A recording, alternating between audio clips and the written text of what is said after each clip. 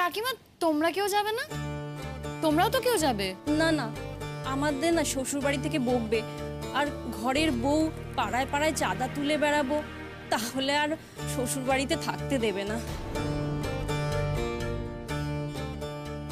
বুঝেছি। সুচরিতা দি, এই চাঁদা তোলার দায়িত্বটা কিন্তু তাহলে আমাদেরই নিতে হবে, বুঝতে পেরেছো তো? কারণ ওরা তো কেউ চাঁদা তুলতে যাবে না, বুঝতেই পারছো। আর চাঁদা তোলাটা খুব ইম্পর্টেন্ট একটা ব্যাপার, এটা ছাড়া কিন্তু কিছুই হবে না। কিন্তু রিহার্সালের ওখানে তো কাউকে থাকতে হবে। হ্যাঁ দেখো, নাচে যারা নাম দেবে, আমি যদি 2-1 দিন সকালটা একটু ম্যানেজ করতে পারি, ওদের আমি নাচ দেখিয়ে দেবো। তবে গানের দিকটা তোমাদেরই দেখতে হবে। হ্যাঁ, সবাইকে নিয়ে এক জায়গায় বসতে হবে, একটা কোঅর্ডিনেশন দরকার। তবে পুজোর যে প্ল্যান প্রোগ্রাম কি হচ্ছে এবার আমি কিন্তু কিছু বুঝে উঠতে পারছি না, কেউ কিছু বলছেই না। আমি বলি আমার দুটো মত, দুটো প্ল্যান আমার আছে, আমি বলছি, এবার তোমরা জানাও। প্রথমত আমরা নিজেরা একটা কিছু পারফর্ম করতে পারি, হ্যাঁ। দ্বিতীয়ত পাড়ার বড়দের বলতে পারি, তারা যদি সবাই মিলে রিহার্সাল করে একটা নাটক, একটা যাত্রা বা যাই হোক একটা কোনো পারফরমেন্স করে, কি বল? খুবই ভালো হবে, কিন্তু যদি বড়রা রাজি হয় তবে না। क्यों क्यों क्यों मना করবে क्यों আমাকে বলো তো? কি কাকিমা, তুমি রাজি হবে না? বলি ও কি কথা? হ্যাঁ, এ মাথা খারাপ নাকি এর? বললি হলো না? না না বাপু, তাহলে কিন্তু আমি এসবের মধ্যে নেই, বলে দিলাম বৌমা। আমি থাকবো না, যা থাকতে হবে না তোকে। পাড়ার লোকেরা সবাই মিলে নাটক করবে, সেইটা দেখে সবাই হাততালি দেবে। তুমি মঞ্চ নাটক করলে তো সবাই হাততালি দেবে, তাই না? বুদ্ধি নাই মাথায়। মা তুমি প্লিজ না করো না। দেখো ডিএম ম্যাডাম আসবে, তুমি যদি এখন না বলো কি করে হবে বলো তো? আরে কি আর হবে, যেমন পারবে তেমন করবে। পাড়ার সবাই মিলে নাটক করবে, সেটাই তো মজার, বলো? তুমি দেখবে না কত আনন্দ হয়। কবে থেকে এই পাড়ায় এসেছো, কি হয়েছে? এখন বয়স হয়ে গেছে, একটু নয় স্টেজে উঠবেই, খুব মজা হবে। দেখো রিহার্সাল থেকেই না মজা শুরু হয়ে যাবে। কিন্তু কই বৌমা, ওই ছেলেরা মেয়েরা সব ঠিকই একসঙ্গে? না না, তাহলে বাপু আমাকে রেখো নে গো, তাহলে আমাকে রেখো নে। ছেলে মেয়ে আবার কি, পাড়ায় তো তুমি সবাইকেই চেনো। আর সব বয়স্ক মানুষরাই থাকবে, কিচ্ছু অসুবিধা হবে না। ও আমি দেখে নেব, কিছু একটা তো হবে, সেটা ভেবেই আমার আনন্দ হচ্ছে। বুঝো। ও এই যে বাপু, এই নাও, এই রইলো আমার 1001 টাকা। হ্যাঁ, এই তো তুল, যা না বাড়ি থেকে টাকাটা নিয়ে আয়, যা চাঁদাটা নিয়ে আয়, আমার বিছানার তলায় আছে। এক্ষুনি দিতে হবে? না না, এক্ষুনি দিতে হবে না, পরে দিলেও হবে। না না, দেখো আমাদের টানাটানি সংসার, মধ্যবিত্ত আমরা, কখন হাতে টাকা থাকবে কখন থাকবে না। আর এই দেখো পুজো আসছে, এবার এসোজন বসোজন দেওয়া থোয়া, সেখানেই তো টাকা খরচ হয়ে যাবে। এই তো তুল, আমার টাকা থাকে কোথায় জানিস তো? বিছানার তলায়, মানে তোষকের তলায়। যা ওখান থেকে টাকাটা নিয়ে আয়। ওরাও তো বাজার হাট করবে নাকি? যা যা। এই যা তো তুই যা যা। আমিও দিয়ে দেবো। এই তো আচ্ছা এনাও 1 টাকা 1001 টাকা। এই যে এটা হইলো গো তোমার 1001 টাকা। হ্যাঁ আচ্ছা, বলছি এই তো 3000 টাকা হলো, কিন্তু আমাদের পুজোর বাজেট 1 লাখ টাকা, এত টাকা কি করে উঠবে? এই শোনো, আমি না তোমাদের একটা কথা বলছি, যার যেমন সোর্স আছে সেখান থেকে না টাকা জোগাড় করার চেষ্টা করো, বুঝলে তো? না হলে কিন্তু হবে না। আচ্ছা তোমরা কি এখন আর কেউ টাকা দেবে? আমরা কি করে টাকা দেবো বলো তো? আমাদের কাছে কি টাকা থাকে নাকি? আমরা তো চাকরিও করি না। अच्छा ये लो, আমার 1001 रुपए। আচ্ছা হ্যাঁ দো। আচ্ছা, আমি কিন্তু এখন দিতে পারছি না। তোমাকে এখন দিতে হবে না সুচরিতা দি, তোমার টাকাটা আপাতত এখন আমি দিয়ে দেবো। না না, তা কেন, আমি পরে দিয়ে দেবো। কেন প্রয়োজন নেই বলছো? দেখো সুচরিতা দি, তোমাকে কিন্তু আমি কোনো দয়া করছি না। আরে বাবা, এরপরে গানের প্রোগ্রাম করবে, যখন টাকা আসবে তখন আমাকে দিয়ে দেবে। এখন আপাতত আমি তোমার হয়ে টাকাটা কন্ট্রিবিউট করছি, বুঝেছো?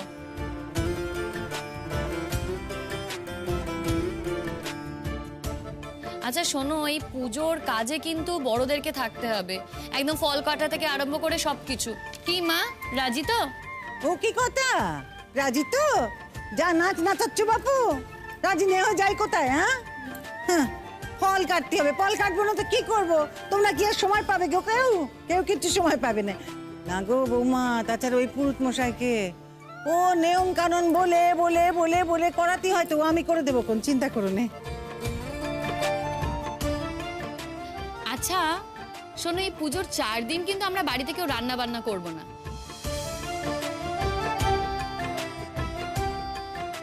পুজোর কটা দিন তো সবাই একটু ভালো মন্দ খাবো। তা আমি ঠিক করেছি যে ঠাকুরকে বলে যদি একটু টাকা আমরা দিয়ে দিই, যদি কিছু কুপন বানিয়ে দেওয়া যায়, সেই কুপন আমরা বাড়ি বাড়ি বিলি করব। তারপর সেই কুপন দেখি আমরা পাড়ার সবাই মিলে একসাথে খাওয়া দাওয়া করব। কি মা, ভালো হবে না? বলিও বৌমা, ভালো হবে না মানে? কত ছোটবেলার কথা মনে পড়ছে গো। আমাদের বাড়িতে না এইরকম হতো জানো তো, এইরকম ধারার পুজো ছিল তো। তো বাড়ির যত লোক আছে, লোকজন সবাই, পাড়া প্রতিবেশী আত্মীয় স্বজন সব এসে একখানে জড়ো হতো গো। তারপরে সেই দুপুরবেলায় একেবারে সারি দিয়ে বসে ভাত পেতে খাওয়া দাওয়া।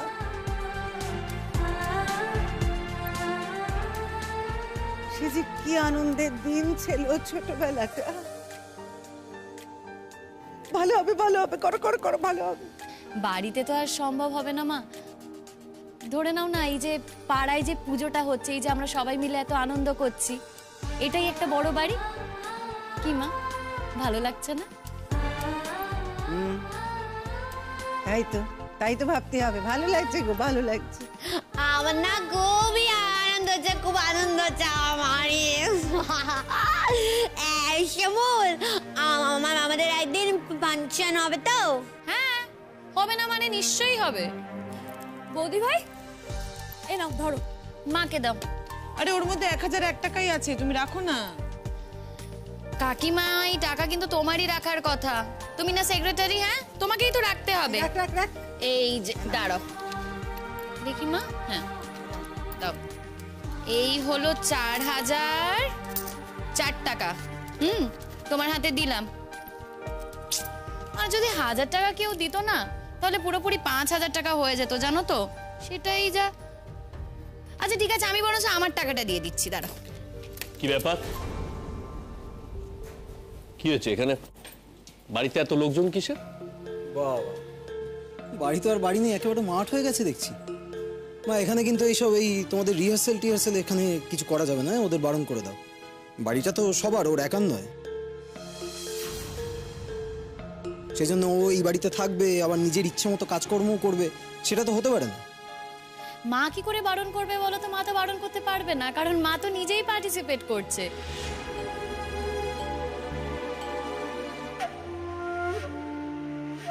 আর রিহার্সাল করছি না আমরা, পুজোর মিটিং করছি। সরি, তোমাদেরকে ডাকতে পারলাম না, কারণ মেয়েরা মিলেই পুজো করছি তো। আর পুজোর মিটিং করার জন্য তো আমাদের সে অর্থে কোনো অফিস নেই, কোনো জায়গা নেই। তাই বাড়ি বাড়িতে এই মিটিংগুলো করতে হবে। আর মা যেহেতু এবছর পুজোর প্রেসিডেন্ট, তাই প্রেসিডেন্টের বাড়ি থেকেই মিটিংটা শুরু করা হলো। প্রেসিডেন্ট? কিসের প্রেসিডেন্ট? তুমি কি এই পুজোয় আছো নাকি? হ্যাঁ আছি রে, ওই পাড়ার সব বউরা সবাই মিলে জোর জোর করলে তো, তাই আছি আর কি। হ্যাঁ আছে। তোমাদের কোনো আপত্তি আছে নাকি? হ্যাঁ আছে, আলবাত আপত্তি আছে। আমরা দুজনের কেউই চাই না আমাদের মা এই পাড়ার পুজোয় পার্টিসিপেট করুক। কেন বলো তো? পাড়ার পুজোতে মা যদি একটু পার্টিসিপেট করতে চায়, একটু আনন্দ করতে চায়, সেখানে তোমাদের প্রবলেমটা কি হচ্ছে? শোনো, সেই উত্তর আমি তোমাকে দেব না। বাড়িটাকে একেবারে বারোয়ারি বাড়ি বানিয়ে ছেড়েছে। তা ঠিক, এখন এই বাড়িতে একটু লোকজন আসে, আলো বাতাস খেলে। এর আগে তো এই বাড়িতে এসব কিছু হতো না। তবে হ্যাঁ, তোমাদের মাকে কিন্তু জোর করে আমরা কিছু করাচ্ছি না। আমরা কেউ জোর করিনি মাকে। আর বুঝতেই তো পারো যে এসব কাজ কিন্তু জোর করে কাউকে দিয়ে করানো যায় না। হ্যাঁ, আমরা অনুরোধ করেছি, সেটাকে জোর করা বলে না। মাকে জিজ্ঞেস করো না। কি মা, আমরা তোমাকে জোর করেছি বলো? কাকে বলতে হবে বলো? এই যে হ্যাঁ, আমাকে কেউ জোর করে না, আমি নিজে থেকে করছি, বোঝা গেল? আমি নিজে থেকে থাকতে চেয়েছি। এই পুজোটার মধ্যে আমি থাকতে চেয়েছি, কারণ আমার ছোটবেলায় না এরকম পুজোর মধ্যে দিয়ে আমি বড় হয়েছি তো, তাই এবার ভাবলাম যে হ্যাঁ আমি এসবের মধ্যে থাকবো। তাছাড়া এরা মিলে আমাকে আবার প্রেসিডেন্ট বানিয়েছে, সেটাও একটা কথা। প্রেসিডেন্ট বানিয়েছে মানেটা কি? না মানে তুমি এখন এই পাড়ার পুজোর প্রেসিডেন্ট হবে? সত্যি মা, আজকে যদি বাবা থাকতো না তাহলে চাপকে লাল করে দিত তোমায়। এই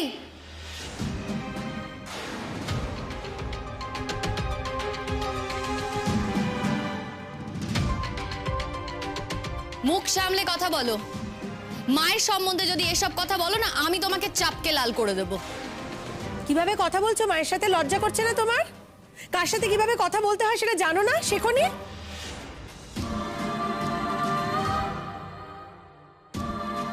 আমাদের তো ভাবতেও অবাক লাগছে তোমার মতো এরকম একটা ছেলে এই পাড়ায় রয়েছে। লজ্জা করছে, বিশ্বাস করো। আমাদের দলটা একটু মজবুত হতে দাও, একটু শক্তিশালী হতে দাও, তোমাকে এই পাড়া ছাড়া করব। सच में নিজের মাকে যে সম্মান করতে পারে না, অপমান করে, ও যে অন্য কাউকে অপমান করবে না, এর কি গ্যারান্টি আছে? হ্যাঁ, ছি ছি ছি, ये बात तो सुनना भी पाप আছে। শোনো পাপ তো শুনবে না, হয়ে গেল। আমাদের বাড়ির ব্যাপারে কাউকে মাথা ঘামাতে হবে না। এখন আর এটা বাড়ির ব্যাপার নেই, বাড়ির ব্যাপারই হয়ে গেছে। তুমি তার সবার সামনে তোমার মাকে বললে চাপকে নাকি লাল করে দেবে। তা বুঝতে পারছো, সবাই যদি জনে জনে গিয়ে কথাটা বলে, কথাটা কেমন ভাইরাল হবে। তোমাকে দেখলেই না লোকের মনে পড়বে যে তুমি তোমার মাকে এই কথাটা বলো।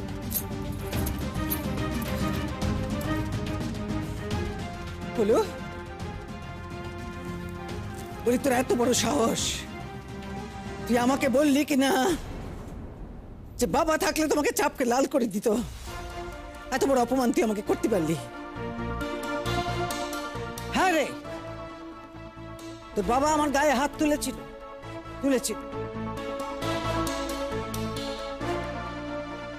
আমি কি দেখছি বলতো? আমি দেখছি সেই বাপের রক্ত তোরা গায়ে বইছিস তো। এখন তো দেখে মনে হচ্ছে তোরাও সেই একই হাবভাব দেখাচ্ছিস, একই রকম কথা কইছিস।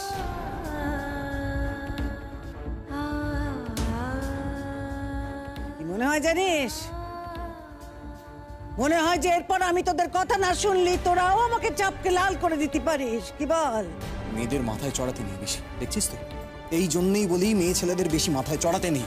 মেয়ে ছেলে কি গো? অনেকবার বলেছি না, ঠিক করে কথা বলো, কথা বলতে শেখো। সেটা তো তুমি আর কোনোদিনও শিখবে না। আর মাথায় চড়ানো তুমি কে গো? হ্যাঁ, তোমাকে উল্টে মাথায় চড়ানো হয়েছে। তোমার জায়গাটা কোথায় বলো তো? পায়ের নিচে। কিন্তু তুমি সেটা ভুলে গেছো, কারণ মা তোমাকে আদর করে মাথায় চড়িয়েছে আর তুমি মনে করছো ওটাই তোমার জায়গা। সেটা নয়, তোমার জায়গা পায়ের নিচে, সেটা মাথায় রেখো। আর মা, আমি তোমাকেও বলছি, যার যেটা জায়গা না তাকে সেই জায়গায় রাখো, মাথায় চড়ানোর চেষ্টা করো না। তোমার দুই ছেলের সম্বন্ধেই কথাটা বলছি। সাহসের না একটা সীমা থাকা উচিত শিমুল। এই যে তুমি আমাকে কথায় কথায় ভয় দেখাও, এই যে বলো আমার চাকরি খাবে, ভয় দেখাও তো, তোমার সব কথাগুলো কিন্তু আমি রেকর্ড করলাম। তা শুধু এইটুকু কথা রেকর্ড করলে কেন? সব কথাই রেকর্ড করো। हमको पता था कि তোমরা ये सब बात ही बोल, इसीलिए ना আমি पहले से ही আমার ফোনে রেকর্ডারটা অন রেখেছিলাম।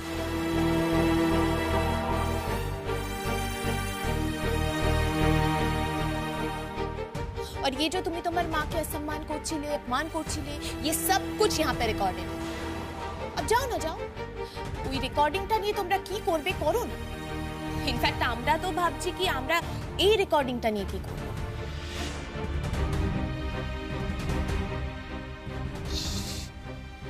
শেষ করে দিল, জ্বালিয়ে পুড়িয়ে একেবারে শেষ করে দিল। এই একটা মেয়ে আমাদের সংসারে আসার পর থেকে সব কিছু একেবারে জ্বালিয়ে পুড়িয়ে তছনছ করে দিয়েছে। আমার মাকে পর্যন্ত আমূল পাল্টে দিয়েছে।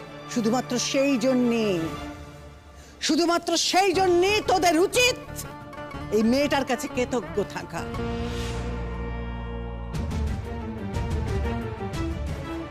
বুঝেছিস? আরে শোন, বৌমা যদি এ বাড়িতে না আসতো না, তাহলে এই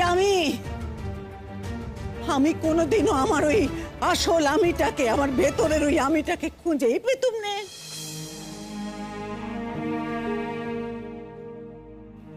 তোরা তো কৃতজ্ঞ হবি নে, কিন্তু আমি কৃতজ্ঞ আছি। কেন জানিস? এই মেয়েটা আমার বাড়িতে এসেছিল বলে আমি আবার নিজেকে খুঁজে পেলাম, নইলে তো আমি ভুলতে বসেছিলাম যে আমার জীবনটা একেবারে মিথ্যেতে ভরিয়ে ফেলেছিলাম। আমি শুধু মিথ্যে। এই আমাদের দেরি হয়ে যাচ্ছে, এই অবান্তর কথাগুলো বলে সময় নষ্ট করার তো কোনো মানে হয় না। শিমুল, ক্যারি অন, আমাদের বাকি প্রোগ্রাম কি হবে বলতে থাক।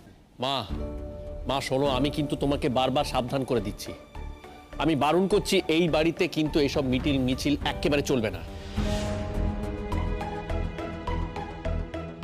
এই যে যাকে তুমি বিয়ে দিয়ে নিয়ে এসেছো না, এ তো বউ হওয়ার যোগ্যই নয়। আমি তো এই মেয়েটার সঙ্গে থাকবোই না, সংসারই করবো না, আগেই বলে দিয়েছি তোমাকে। এরপরে ও যদি নিজের স্বেচ্ছাচারিতার জন্য তোমাকে বুঝিয়ে সুঝিয়ে এইসব কাজ করায়, এই সবের মধ্যে তোমাকে ঢোকায়, আমরা কিন্তু এটা মেনে নেব না। আমরা দুজনে কেউই মেনে নেব না মা। আমাদের সংসারটাকে লাটে তুলবে আর আমরা চুপ করে বসে বসে সেগুলো দেখবো, এটা কিন্তু হবে না মা। তোদের যা করার আছে করে নিস, যা পারিস করবি যা। হ্যাঁ, ব্যাপারটা তো এখন আর তোমাদের বাড়ির শুধু নেই, ব্যাপারটা তো বাড়ি থেকে বেরিয়ে গেছে। তোমাদের যা করার না তোমরা করে নিও, আমি দেখে নেবো কি করতে পারো। কাকিমা নিজের ইচ্ছে যখন প্রেসিডেন্ট হয়েছে তখন টাকাটা কে দেবে টাকাটা? মা শোনো, তুমি কিন্তু আমাদের টাকা থেকে একটা কানাকড়িও এখানে দিতে পারবে না। এখন থেকে সমস্ত টাকার হিসেব গুনে গুনে আমাদের তুমি দেবে। আমরা তোমায় টাকা দিয়ে যাই আর সেই টাকা থেকে তুমি ফুটানি করো, তোমার মেয়ের চিকিৎসা করো। ওই এত বড় কথা বলছিস তুই? ও কি কথা? তুই আমার মেয়ের চিকিৎসার খরচ দিস বলে কথা শোনাচ্ছিস? হ্যাঁ, আমার মেয়ের চিকিৎসার খরচ দেওয়া তোমার কর্তব্য নয়? বলি নিজের বোন তাকে দেখার দায়িত্ব তোমাদের নেই? অনেক দেখেছি মা, অনেক দেখে নিয়েছি, কিন্তু আর নয়। এই সংসারে থেকে আমি টাকা দিয়ে যাব আর তুমি ছন্ন ছাড়ার মতো সেই টাকাগুলো ওড়াবে, ফুটানি করে যাবে আমার টাকাতে, এটা কিন্তু হবে না মা। আর নয়, আমি সহ্য করব না। বুঝলাম। বেশ, তা যদি তোমরা না দিতে চাও দিও নে। আর তাইলে বরং এক কাজ করো, আমাদের কারোর খাওয়া খরচও তোমাদের দিতে হবে না। তোমাদের রান্না বান্না আমরা কেউ করতে পারবো না, তোমরা নিজেদের খাবার ব্যবস্থা নিজেরা করে নিও, টাকাও দিতে হবে। ঠিক আছে, তুমি এটা ভেবে বললে তো মা। ঠিক আছে, আমার স্কুলে ক্যান্টিন আছে, তুমি জানো তো। ওই ক্যান্টিনে এবার থেকে আমি যদি খাওয়া দাওয়া করি তাহলে আমার কিন্তু অনেকটা টাকা বেঁচে যাবে। ভালো কথা, এবার থেকে আমি ওখানেই খাওয়া দাওয়া করবো, আর কোনো অসুবিধা নেই। আমি কিন্তু সংসারের আর কোনো দায়িত্ব নিতে পারবো না, বলে দিলাম তোমার। সংসারে খরচা দিতে না তুমি বাধ্য। দেখো সবাই আছে, সবার সামনে না নিজেকে ছোট করো না। তুমি তো একজন শিক্ষক, আর দুই মক্কেলকে বলছি। আর দেখো, তুমি যদি মায়ের খরচা না দাও, তুমি কিন্তু সিনিয়র সিটিজেন অ্যাক্টে পড়ে যাবে। সেটা সামলাতে পারবে তো? এখন কিন্তু সিনিয়র সিটিজেনদের জন্য অনেক আইন কানুন আছে। আর তুমি জানো, আমি চাইলে সেগুলো কিন্তু অ্যাপ্লাই করতে পারি। এর আগেও তুমি অলরেডি দেখেছো, আবারও দেখবে নাকি? ছেড়ে দাও বৌমা, ছেড়ে দাও। আজ খাওয়ার খরচার খোঁটা দিচ্ছে তো, ওষুধের খোঁটা দিচ্ছে। হায় রে, ওরা তো জানেই নে কি কষ্ট করে এই সংসারটাকে আমি টেনেছি।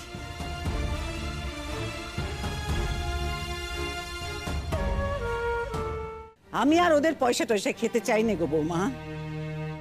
আমি এখন কি কামনা করি জানো তো? আমি এখন ভগবানের কাছে প্রার্থনা করি যে আমাকে যেন ওদের পয়সা আর খেতে না হয়, আমাকে যেন ঈশ্বর উপরে তুলে না। কেন মা? ওর পয়সায় খাবে না বলে তোমাকে ঈশ্বর তুলে নেবে কেন? তোমাকে না খাওয়ানোর লোকের অভাব হবে না মা। এমনও তো হতে পারে, এমনও দিন আসতে পারে যে তুমি নিজের খাবার নিজেই জোগাড় করে নিলে।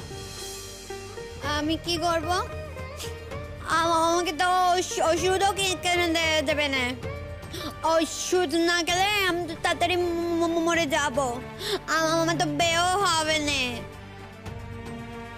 চিন্তা করো না পুতুলদি, ছি ছি ছি ছি পড়া, তোরা যে কেন এত ছোট রকমই করছিস? দিদি তোদের এত কষ্ট করে বড় করেছে, আর তুই এখনো পর্যন্ত একটা লোক রাখে না শুধু সংসারে সাশ্রয় করবে বলে।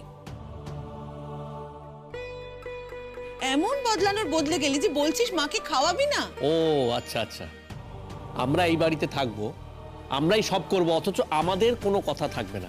হ্যাঁ, সবার কথাগুলো শুধু আমরা শুনে যাব, সবার কথা মেনে যাব, অথচ আমাদের কথা কেউ শুনবে না। বাহ। আচ্ছা, এটা জেঠিমনির বাড়ি, আর জেঠিমনির নিজের মতো করে কথা বলার অধিকার নেই? এই কি বললি, কি বললি? আমাদের মধ্যে কথা বললে না ঠাস করে চড়িয়ে দেবো। কি? তুই আমাকে চড় মারবি? চড় মারবি? মার, দেখি না, মার। দেখ পলাশ, দেখতে পাচ্ছিস, নিজের চোখে দেখছিস, এই যে বাড়িতে এসে সব ছড়ি ঘোরাচ্ছে না একজন, তাকে দেখে দেখে এগুলো হচ্ছে কিন্তু বাড়িতে। আমি খুব খুশি হয়েছি তুতুল, খুব খুশি হয়েছি। মুখের ওপর কথাটা তো বলতে পারলে, দেখে নিলে তোমার দাদাদের জোর। হ্যাঁ, মারতে বললে অমনি কিন্তু হাত গুটিয়ে নিল। আমার সামনে আমার মেয়ের গায়ে হাত তুললে তো দুঃখ ছিল পলাশ। যাক, সেসব নিয়ে কিছু বলছি না, তোর মুরদ আমার জানা আছে। শুধু একটা কথা বলছি, মার সামনে যে কথাটা বললি তার জন্য ক্ষমা চাইবি। ক্ষমা চাইবো না, দেখি ওই সিনিয়র সিটিজেন অ্যাক্ট অনুযায়ী উনি মাকে কি প্রোটেকশন দেন।